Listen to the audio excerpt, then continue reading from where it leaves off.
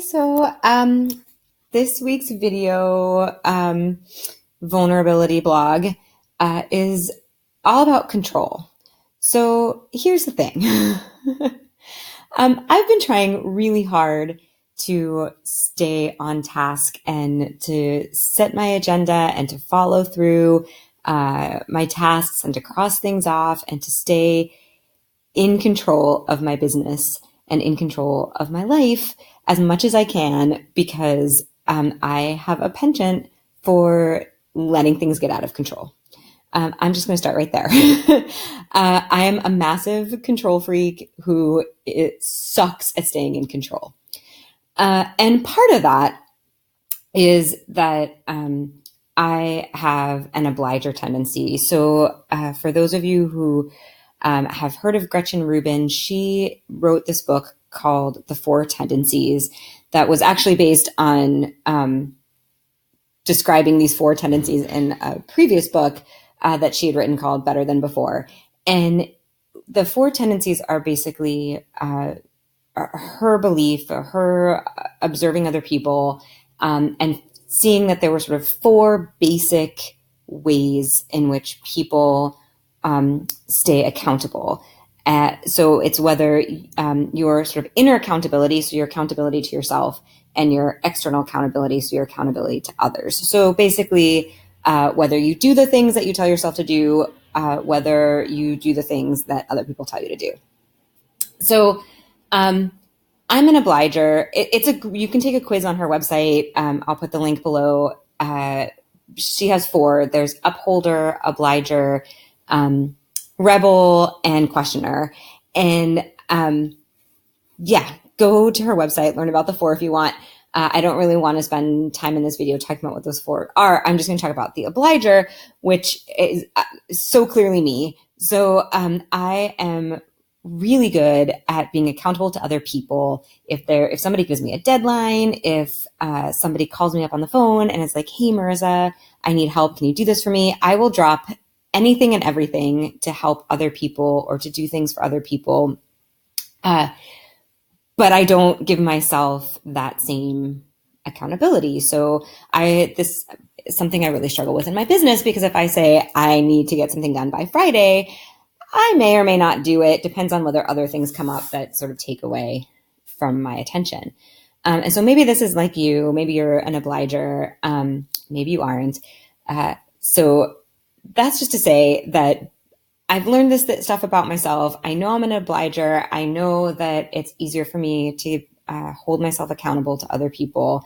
And ever since discovering this, I've been working on ways in which to be more in control or more accountable to myself, because I'm likely not going to change my tendency, right? But because it's a habit, I have to really work at making those small changes so that I can, so I can create bigger changes. So actually, let me rephrase that. So I can change my tendency, but I have to work on it.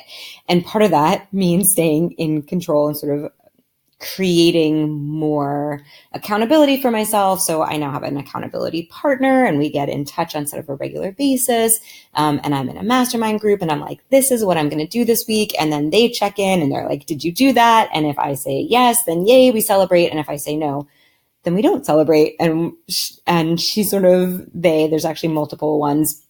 They kind of hold me accountable and call me on my bullshit. And they're like, hey, why didn't you get it done? And sometimes I have a good reason and sometimes I don't. But it's this external, I still get this external validation, and external feedback about being accountable to myself. So that's one way in which, I've been holding myself accountable to being more in control of my business. But the irony or the coincidence, or whatever you want to call it, is that the universe has been sending me these messages through those cards that I pull every week, that learning how to find the balance in control is something I really need to work on, because I can't just be like, yes, I'm going to be more in control, because then something comes up, like I get sick. And that's what happened to me on Friday. Thursday was my son's birthday. We had plans to go out to dinner as a family on Friday to celebrate. And I got really, really, really ill. Like I thought I was going to throw up. And I don't throw up. Like I haven't thrown up in over 20 years. But it was like, my body was like, you're trying to stay in control of things and at the same time not stay in control. And it was just building up in my stomach. I'm absolutely sure that it was about control. And anyway, I didn't end up going out to dinner with my family. My son really, really wanted to go. So my husband, Sean, took the boys out to dinner and then out to another friend's birthday party. And they had a really good time. And I did not leave the couch and I could not do work. So I listened to a meditation, and it was sort of a random meditation that popped up. I have a meditation app, and it was the next one that popped up. And yet again, the universe was like, dude, Marissa, control.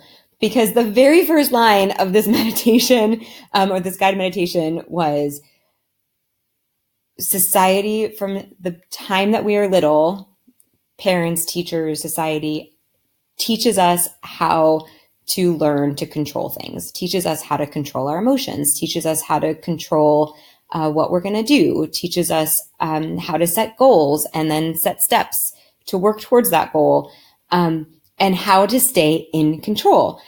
What we are not taught is how to deal with the not being in control, with those things in our life that we are not in control of, with getting sick when there's a deadline, or when your son has his birthday and you want to be there for him. People getting sick and dying, all sorts of things. I mean, that's obviously like the ultimate thing. The thing that I think we fear the most, that we're not in control of, is the reality of death. And all of these things. So literally, this is why I'm so sure that my body was telling me, you need to hear this message about control. And so it's just been coming up. I've been so trying to stay in control of my business, and so trying to set a routine and set a rhythm. And also fighting that, because I like to kind of not have a plan and to feed into the energy around me. I grew up in a house that was fairly turbulent. And so I learned early on how to sort of control what I could control in that situation by reading people really well, and reading the sort of the unspoken, reading their emotions and the unspoken, way in which they carried themselves, so that I could respond by controlling myself and my actions in the face of that, so that I wouldn't create more tension or be yelled at or any of those things. So so learning how to read others so that I could control myself in the face of others is also part of this obliger tendency. And so that's where I am. And so that's just to say, this week, I had said last week I was all excited because I had pulled a card on Monday. I had recorded the video on Monday, and I had, for the 5th week in a row, got my newsletter out, on Wednesday, not on Monday. But I felt like I was sort of starting to get into this routine. And lo and behold, the universe was like, okay, this is great. Pat yourself on the back. You've gotten into this routine. Great. Let's celebrate it. And at the same time, let's remember that there are some things that are outside of your control, and you have to learn how to be okay with that and how to be resilient, and not completely lose all of your shit because you can't control everything. And I know for me, I sort of went from one extreme to the other. I'm either like, I'm in control, to like, I can't control anything and I'm just going to curl up on the couch and be sick. So I don't know if this resonates with you.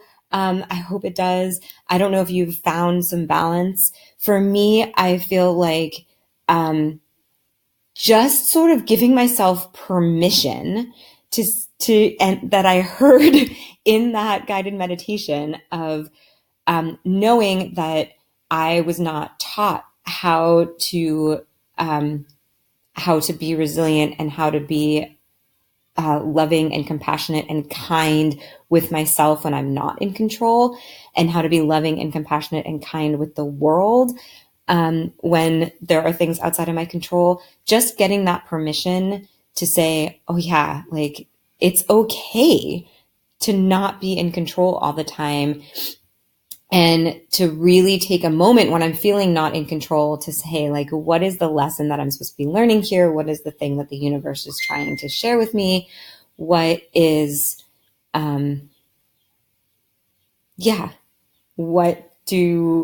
what is this all about? What can I control in this situation? What can't I control in this situation? And the things that I can't control, how can I still learn to accept them with love and compassion? So that's what I wanted to share with you. The irony of is that as I'm trying to control creating this video, and I sort of created a calm, quiet space for myself to do it, I did not turn off the notifications for Facebook. So my Facebook, I don't know if you can hear it, sort of dinging. My phone notifications is dinging as well. And so, yeah, just another thing that I actually could control. I could turn off my notifications before creating a video, but I didn't. So another sign from the universe that there are things that I can control, but I don't always think about, and how to adjust and adapt. So the thing I want to leave you with is to ask you, what are the things in your life that you might be struggling with around control? What are the things you're trying to control that you can't control? And is it okay to not control those things? Is it okay? And I'm going to say, yes, it is okay, if you need to hear that, to be loving and compassionate and kind with yourself, even when you can't control things. And what are the things that you can control and that you want to control? And how can you reward yourself and celebrate that there are some things that you can control, and there are things that you have learned, patterns that you have learned that help you stay in control. So that's all I really have. That's my 2 cents for today, for this week. Let me know how this sits with you, and I will see you over in the Facebook group. I hope. Subscribe, whatever, you know the drill, and take care of yourself. Okay, bye.